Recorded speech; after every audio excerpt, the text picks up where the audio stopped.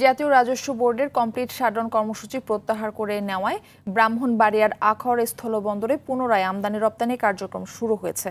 সকালে সীমান্ত বন্দর দিয়ে পণ্যবাহী ট্রাক চলাচল শুরু হয়।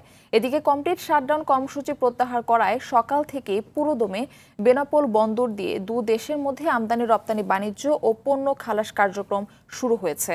ফলে কর্মচাঞ্চল্য ফিরে এসেছে গোটা বন্দর এলাকায়।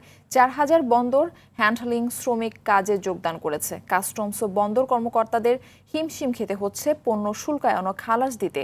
এদিকে বন্দর নগরী চট্টগ্রাম বন্দরে আমদানি রপ্তানি কার্যক্রম পুরোদমে শুরু হয়েছে। বন্দরে জাহাজ থেকে আমদানি কন্টেইনার নামানো হচ্ছে। বেসরকারি ডিপো থেকে রপ্তানি কন্টেইনার বন্দরে এনে জাহাজে তুলে দেওয়া হচ্ছে। বন্দর থেকে কন্টেইনার খুলে পণ্য খালাসও শুরু হয়েছে।